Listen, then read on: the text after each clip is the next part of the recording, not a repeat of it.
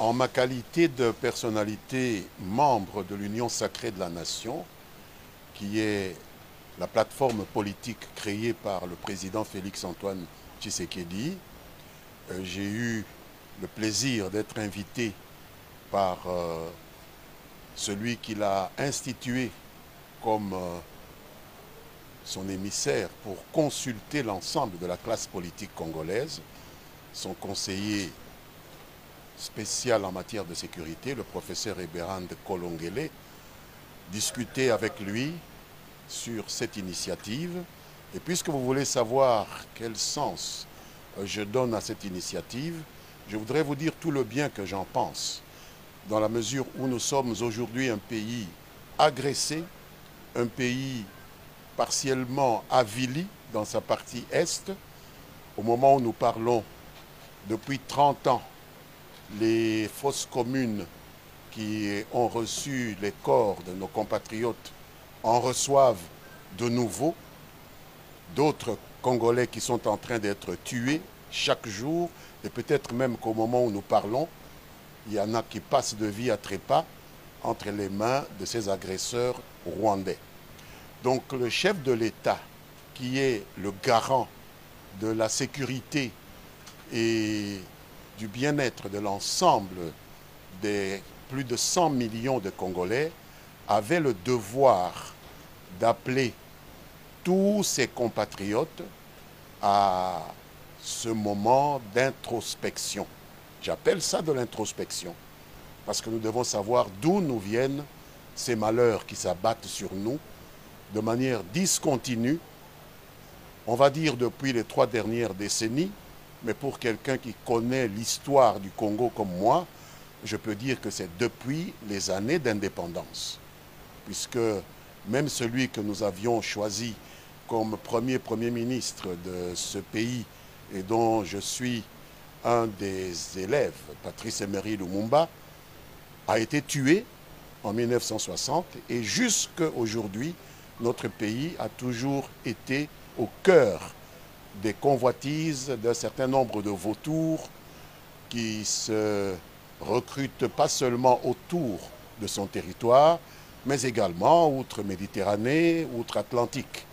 Et donc il appartenait au président de la République, et je lui en sais gré, d'avoir pensé à regrouper tous les Congolais, quelle que soit leur philosophie politique, quelle que soit leur obédience, quelle que soit leur catégorie, qu'il s'agisse des hommes politiques et des femmes politiques, de la société civile, en ce compris des leaders religieux, à pouvoir se regrouper autour de lui par le canal de son envoyé, qui est son conseiller spécial, pour réfléchir aux voies et moyens de se doter d'une équipe gouvernementale capable de nous aider à répondre à ces défis sécuritaires et humanitaires totalement inacceptables du point de vue humain.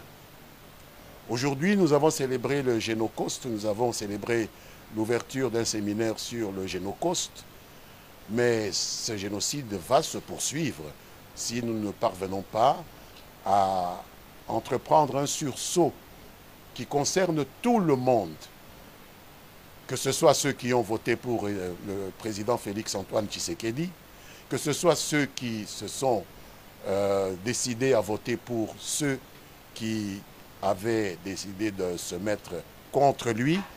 Aujourd'hui, c'est la nation qui est en danger. Et si la nation disparaît, nous n'aurons même pas un espace où faire valoir toutes nos ambitions, quelles qu'elles soient. Ce pays est convoité à cause de ses immenses ressources. Je voudrais que tout le monde en prenne conscience. Et si, à partir de l'extérieur, il y a des yeux doux que l'on fait aux uns et aux autres, ce n'est pas à cause de leur beauté. C'est simplement le souci de pouvoir les utiliser comme escalier pour pouvoir s'adjuger des espaces aussi lucratifs que contient le territoire de la République démocratique du Congo. C'est ainsi que je voudrais appeler tous mes compatriotes de la majorité comme de l'opposition, de la société civile et particulièrement les leaders religieux, en ce compris ceux de l'Église catholique et de l'Église protestante, que je remercie d'avoir pu avoir eu un contact avec le chef de l'État. Ils sont en train de multiplier d'autres contacts. Nous ne pouvons pas les empêcher de faire cela, bien que nous ayons notre point de vue que ce sont des réponses que seules les institutions habilitées par le peuple congolais doivent apporter. Mais à situation exceptionnelle, il est normal que l'on puisse réserver des réponses parfois exceptionnelles. Et s'agissant de ces deux confessions religieuses, j'ai été heureux d'apprendre que le représentant de sa sainteté, le pape en République démocratique du Congo, Monseigneur le nonce apostolique, a eu les mots justes pour placer la responsabilité de toutes ces confessions religieuses et particulièrement de l'Église catholique quant à la recherche des solutions à cette tragédie humainement inacceptable que notre pays est en train de traverser. Je voudrais donc, pour terminer sur cette question, engager Son Excellence, Monsieur le Président de la République, à terminer ces concertations, puisque, bien sûr, nous sommes en guerre et notre peuple n'a rendez-vous avec personne d'autre qu'avec son destin. Et le destin de notre peuple est mis en péril. Chaque jour qui passe aggrave ce péril. Je voudrais aussi engager Monsieur le conseiller spécial du président de la République à boucler cette étape de consultation. Certes, il y a quelques-uns parmi nous qui ne sont pas prêts encore à répondre pour une raison ou une autre à cet appel institutionnel qui a été lancé par le président de la République, mais je voudrais engager le président à laisser la porte ouverte, même si des réponses peuvent être apportées aux problèmes que nous avons par étapes. On peut commencer par une première étape et terminer les choses dans 3, 4, 5 mois. Comme je l'ai dit, le Congo n'a rendez-vous avec personne qu'avec lui-même et avec son destin. Voilà ce que je peux dire pour répondre à votre question. En qualité de personnalité, de référence importante dans notre pays, leader d'opinion, mais surtout en tant qu'analyste de la situation qui prévaut en République démocratique du Congo, notre pays. Comme vous le savez, qu'il y a de problèmes d'existence en tant que nation. La crise que nous traversons nécessite que les Congolais se parlent, que les Congolais parlent de leurs problèmes, d'abord entre eux, qu'ils analysent ce qui se passe pour trouver des solutions à ces problèmes. Le président de la République, en tant que garant du bon fonctionnement de nos institutions, mais aussi qui a prêté serment pour le respect de l'intégrité du territoire de notre nation, a pensé qu'il est nécessaire que les Congolais se parlent pour trouver des solutions. Aujourd'hui, nous avons besoin de récupérer les territoires qui sont sous l'emprise des puissances, à la fois sous-régionales, mais également des puissances internationales. Et pour cela, il faut un gouvernement qui rassemble les Congolais, un gouvernement de ceux qui ont la compétence, la probité, ceux qui aiment leur pays et ceux qui peuvent arriver à servir la nation sans des stigmatisations, sans des atermoiements. Et je pense que c'est dans cet élan-là que l'expertise de chaque Congolais est importante, et c'est dans ces cadres que nous sommes venus, Koudoura Kassongo et moi, répondre à cette invitation et surtout échanger. Les contenus de nos discussions sont réservés aux premiers intéressés, mais je pense que l'opinion doit retenir que la place désormais dans notre pays doit être à l'expertise, au patriotisme, à l'amour du pays et à la compétence. Et donc, nous allons faire ce travail pour permettre, sur le plan notamment de la communication, mais aussi de la stratégie, pour que notre pays retrouve sa place en tant que puissance sous-régionale. Je pense que Jean-Marie JMK, il a parfaitement résumé la rencontre de tout à l'heure que nous a permise son Excellence, Monsieur le conseiller spécial Monsieur le Président de la République, chef de l'État. En résumé, et il l'a dit, juste à ajouter deux ou trois petites choses, c'est que la situation elle est réellement préoccupante.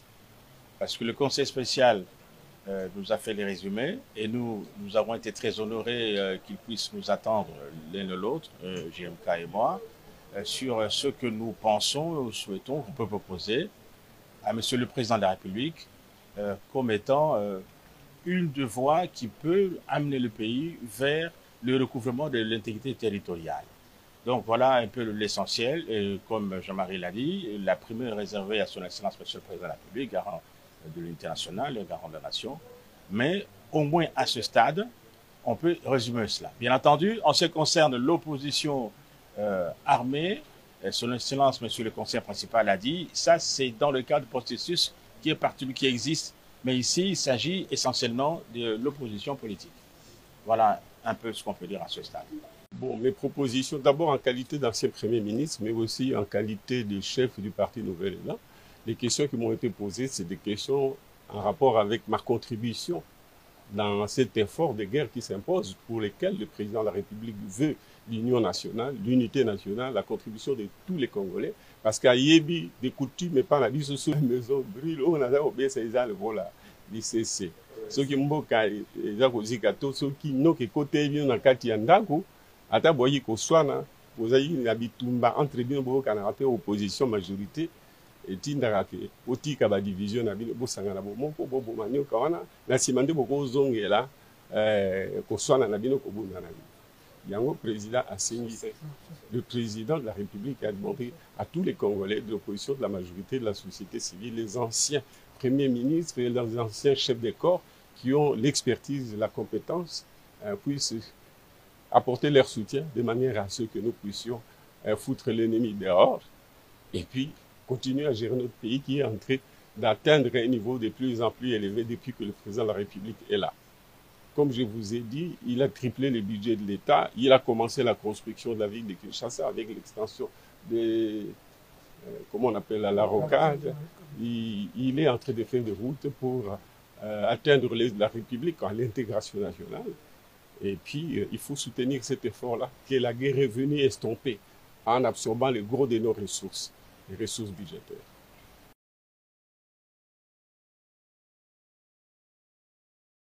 En effet, l'opposition républicaine congolaise, par nous représenter, salue cette initiative de son Excellence Monsieur le Président de la République de faire un appel à toutes les forces vives de la nation, afin de pouvoir créer la cohésion nécessaire en ce moment pour mettre fin à l'insécurité, à la guerre d'agression dont est victime notre pays.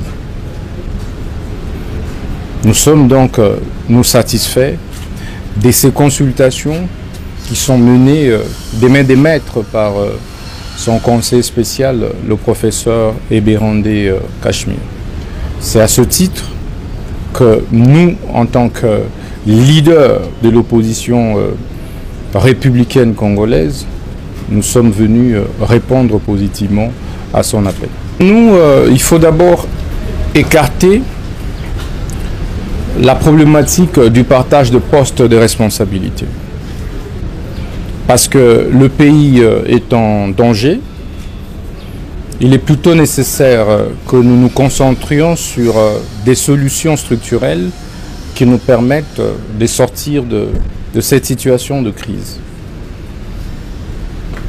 Et c'est pourquoi nous avons suggéré en lieu et place du gouvernement d'union nationale qu'il soit plutôt mis en place un gouvernement d'ouverture. Ouverture parce qu'il peut y avoir des compatriotes talentueux, épris du patriotisme, qui puissent accepter justement de servir la République en cette période de crise. Et qu'il n'est pas question aujourd'hui de tourner autour des critères comme celui lié au poids politique. Parce que nous devons régler une situation inédite. C'est la guerre qui sévit dans la partie est du pays. Les critères qui doivent prévaloir, c'est donc la compétence, le patriotisme et surtout la loyauté envers la République. Et de ce point de vue,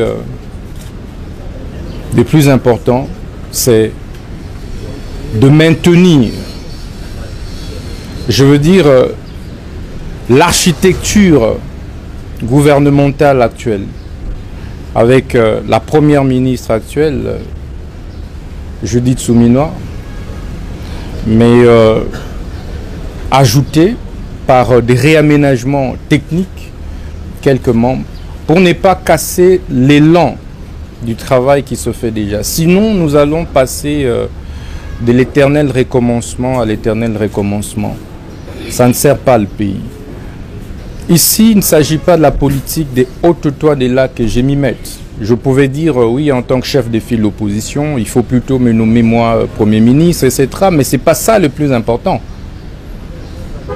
Ce n'est pas ma personne qui pourra résoudre la question d'insécurité qui est à l'est du pays. Il faudrait plutôt qu'ensemble, nous puissions fédérer nos forces pour pouvoir créer une cohésion forte en interne qui nous permette de bouter dehors, hors de nos frontières, l'ennemi qui nous a agressés, l'ennemi qui nous a envahis.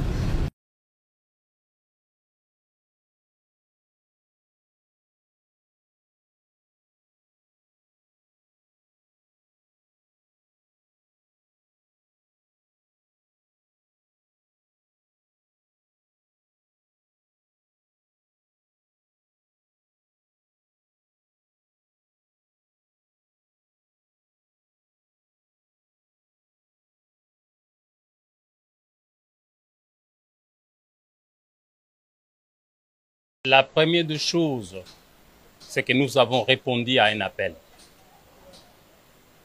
Et l'appel vient du chef de l'État, garant des institutions de notre pays. Ici, il s'agit de la maison qui brûle. Et quand une maison brûle, dans un village, toutes les tendances se réunissent pour éteindre le feu. On met de côté les divergences. Nous savons qu'il y a des divergences entre les acteurs politiques. Mais aujourd'hui, notre pays est en train de brûler. L'Est de notre pays est attaqué par un agresseur ou par des agresseurs avec une rébellion interne. Et nous tous, Congolais, nous devons être conscients que c'est la nation, c'est le pays qui est en péril. Et par rapport à ça, nous devons conjuguer nos efforts pour éteindre le feu. Et ensuite, on va se retrouver entre nous pour parler. Mais aussi longtemps que la maison brûle et que le chef de l'État appelle tous les Congolais à s'unir pour éteindre ce feu, pour mater cette rébellion, je crois que tous les Congolais ont le devoir de soutenir le chef de l'État dans cette démarche pour permettre à ce que nous ayons des solutions quant aux problèmes qui se posent dans notre pays. Parce que si le pays disparaît aujourd'hui, parleront-on des Congolais? Si le pays est divisé, nous ne serons plus unis entre nous. Donc voilà pourquoi aujourd'hui, c'est un devoir de tout Congolais, quelles que soient nos divergences, de s'unir pour apporter une contribution afin que nous trouvions la solution aux problèmes qui se posent dans notre pays.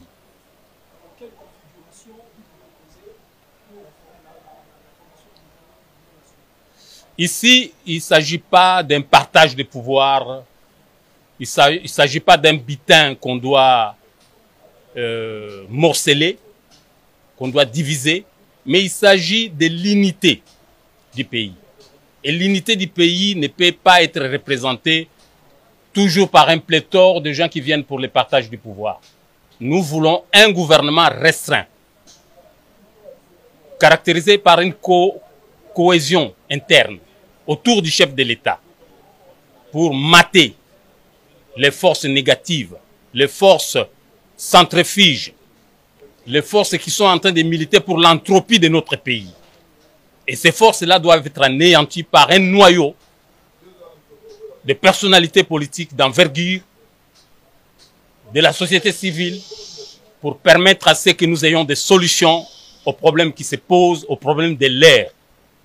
Donc le défi n'est pas le nombre, le défi n'est pas le partage des postes de pouvoir, le défi c'est l'unité dans les commandements d'une action crédible représentant la volonté souveraine du peuple congolais d'une manière politique, parce qu'il faut donner des réponses politiques.